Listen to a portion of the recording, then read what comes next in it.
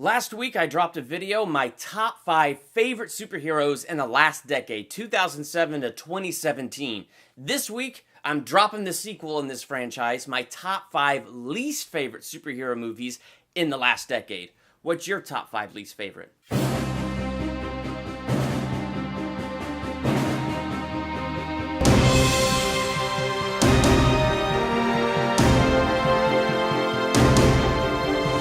Welcome to Durbania, I'm Durbin, and this is my ranking of my top 5 least favorite superhero movies from the last decade. You know what I liked about putting this video together? Last week when I was putting together my top 5 favorite, the hard thing was narrowing down my top 5. That was the hard thing. I had so many that I liked from the last decade, it was hard to narrow down my top 5 favorite.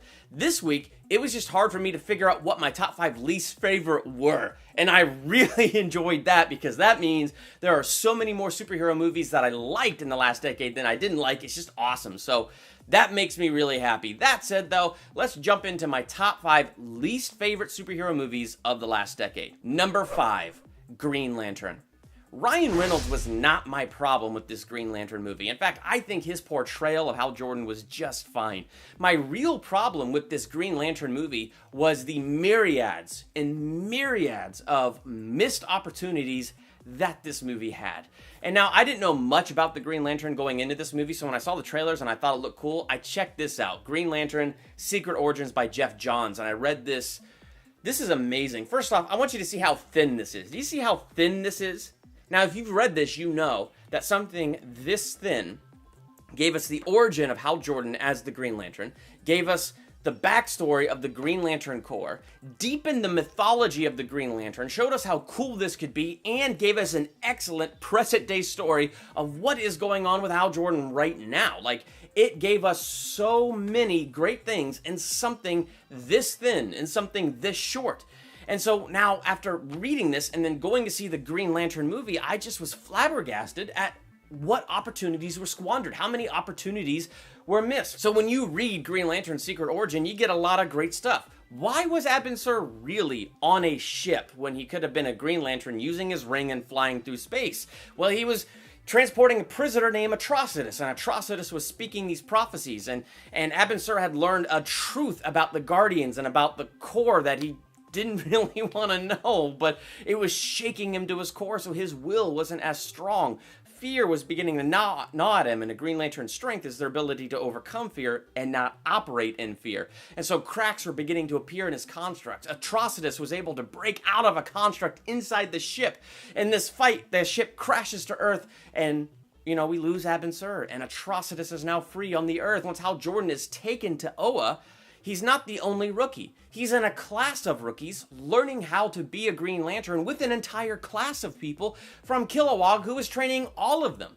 So we got to see his interactions with Kilowog, and we got to see his interactions with other fellow classmates who knew nothing about being a Green Lantern with him. Even the idea that the color yellow cannot be affected by the Green Lanterns, which sounds stupid and cheesy on its surface, was used with excellence in this Green Lantern Secret Origins comic book.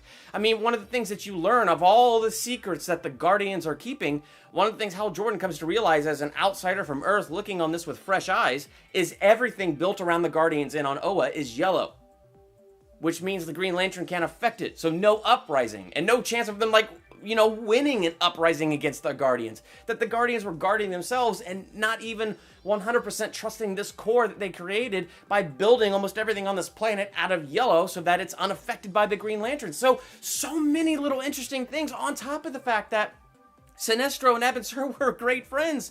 So Abin Sur's death affects Sinestro. It's illegal for the Green Lantern to, leave their sector and go to another sector and do stuff. But that's what Sinestro does. Not because he's a villain and he wants to break the law, but he wants to solve the mystery of his friend's death. He knows that his friend died for something. There's something bigger going on here, so this is what he does. And in coming to Earth, after, Hal Jordan is done with his training and he's on Earth, this is where this great bond is established between Sinestro and Hal Jordan, this buddy cop thing. And it's great the way they establish this relationship. It's great that the way they get along. It's fantastic. It's like a great action comedy buddy cop thing.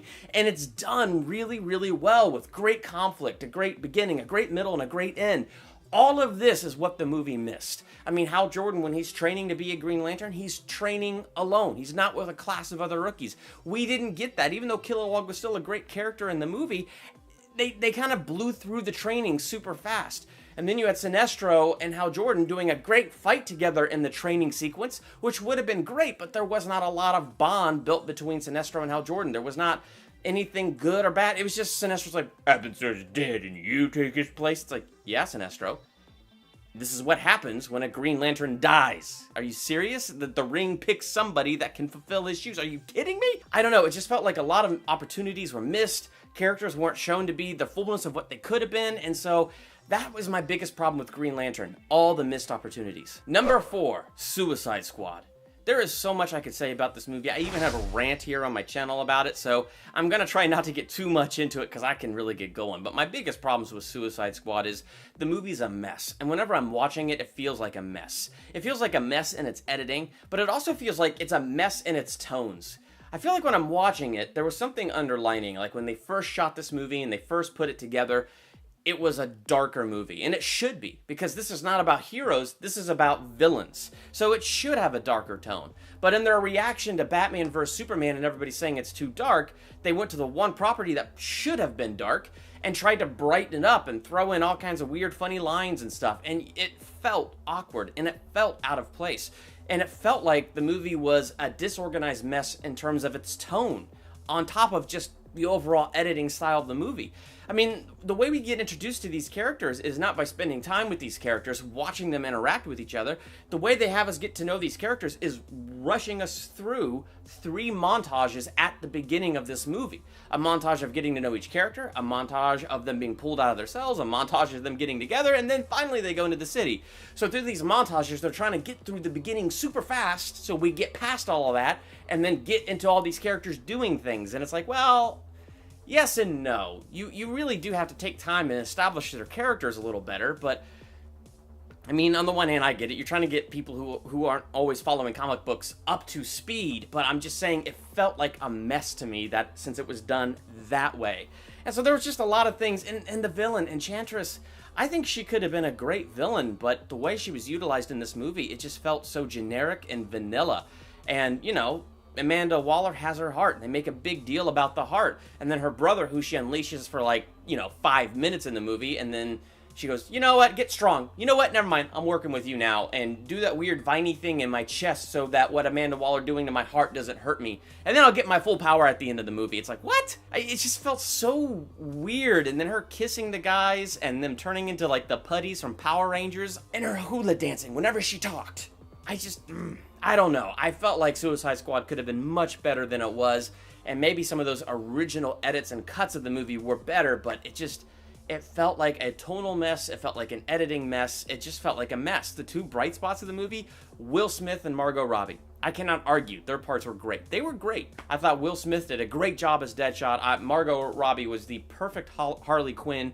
And I would be interested to learn more about her character and get deeper into her character. I would be interested to see Deadshot in something else, but I just felt like this overall movie wasn't that good. Rick Flag was such a weak character, and he's supposed to be such a strong character. I watched Smallville. Rick Flag was in the Suicide Squad episode of Smallville, and he was such a stronger character in that, and he was such a weak little character in this. I just didn't like it. Number 3, The Green Hornet. I forgot this movie existed until today. In fact, I forgot that I saw this movie until today. So that's why I strategically placed the Green Hornet in here at number 3. I mean, Seth Rogen, Cameron Diaz. I mean, there's kind of a decent cast in this, but honestly, I couldn't even remember that Cameron Diaz was in this movie until today. It's strategically placed here at my number 3 because of how little impact this movie had on me. I don't passionately hate this movie. I don't like this movie. It's just seriously a bleh. I couldn't even remember I saw it till today. So that's my whole discussion right now on the Green Hornets, that I saw this movie. I forgot that I even went. I saw it on the big screen, man. Did I see it on the big screen, or did I rent it? Whoa. I just know I saw it. And I even talked to my wife, and she confirmed that, yeah, we saw this movie. That's how little impact this had on me. That's why it's at number 3. Number 3 being the exact middle-of-the-road number for this countdown. This one, just nothing. Number 2, X-Men Origins Wolverine. This movie's kind of hard for me to talk about because I haven't really watched it too much since I first saw it. I don't really have that much of a desire to go back into it, and I didn't even want to do the homework of watching it before doing this video.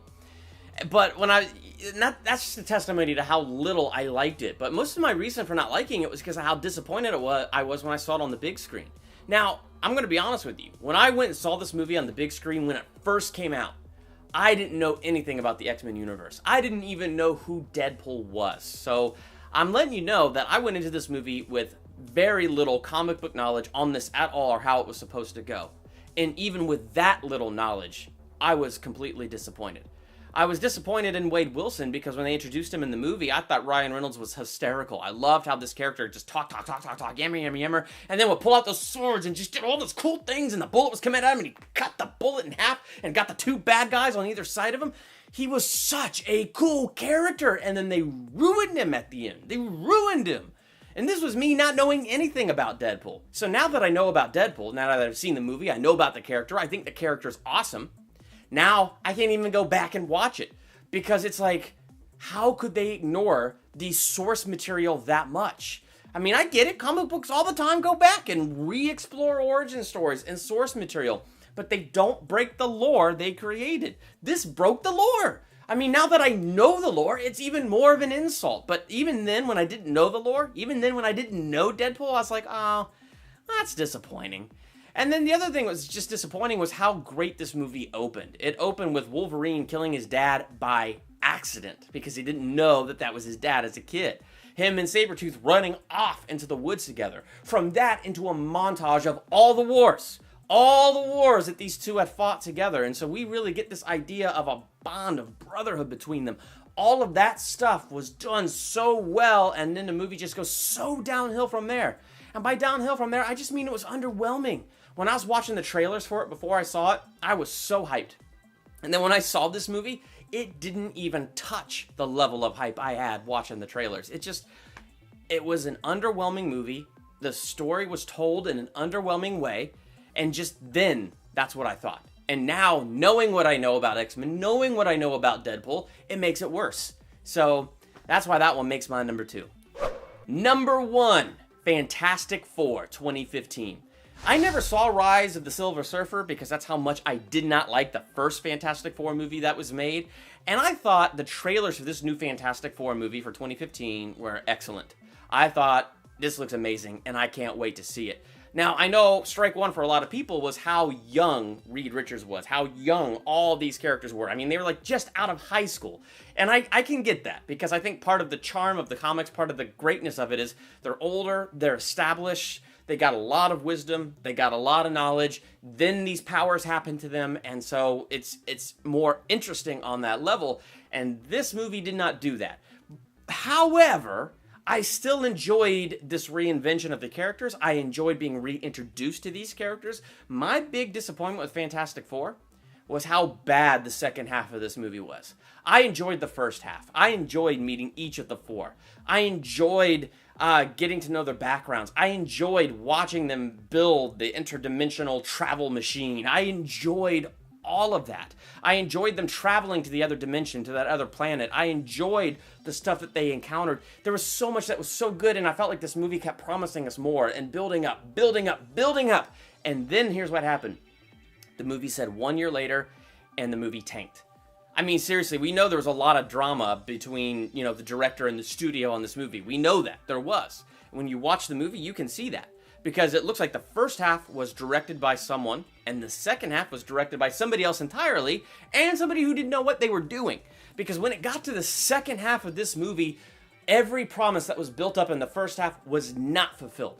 In fact, my impression of the second half of this movie, and I went back and I watched it a second time thinking, okay, maybe with the right expectations, I'll like it this time. No, I didn't even like it the second. I hated it more because I still enjoy the first half of this movie. But in the second half of the movie, the moment you meet Doctor Doom, it is all downhill. It's like Doctor Doom comes to our world real quick, goes back to his world, and Skybeam, and movie's over.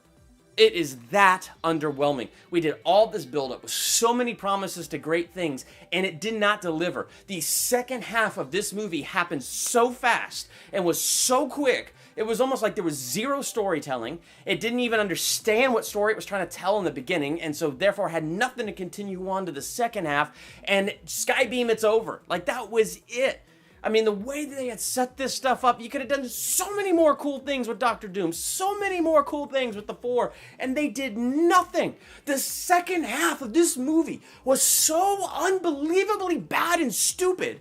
I mean, it felt like an amateur got in there and was making a movie. But the fact that this was an experienced filmmakers, these were people who knew what they were doing, and the story just up and vanished like that they had nothing whatsoever to continue on. That's what makes this movie so bad. It built up to something great, delivered on nothing whatsoever, and it just sort of ended. So that's why that movie is just such an embarrassment to the Fantastic Four. It's such an embarrassment to filmmaking in general. It's a terrible, terrible movie. So how about you? What is your top 5 least favorite superhero movies of all time? Leave your list in the comments below. While you're there, hit the subscribe button to become a Durbanian. Next to the subscribe button is that bell. Click it. That way you're notified the moment I drop new videos. If you like what I do here, my trailer reactions, my reviews, my ranking videos, and all the other fun things, theological analyses that I do here, one great way you can help support Durbania is visiting my Patreon page. There's rewards for different levels of giving and things like that. And of course, I'd be super appreciative of that. So if you want to support Durbania, you can check out that Patreon page. Otherwise, I mean, come on, no pressure whatsoever, but I'm just letting you know it's there and you can check it out. So check out the other videos I got here on this channel. I'm Durbin. Thank you for checking out Durbania.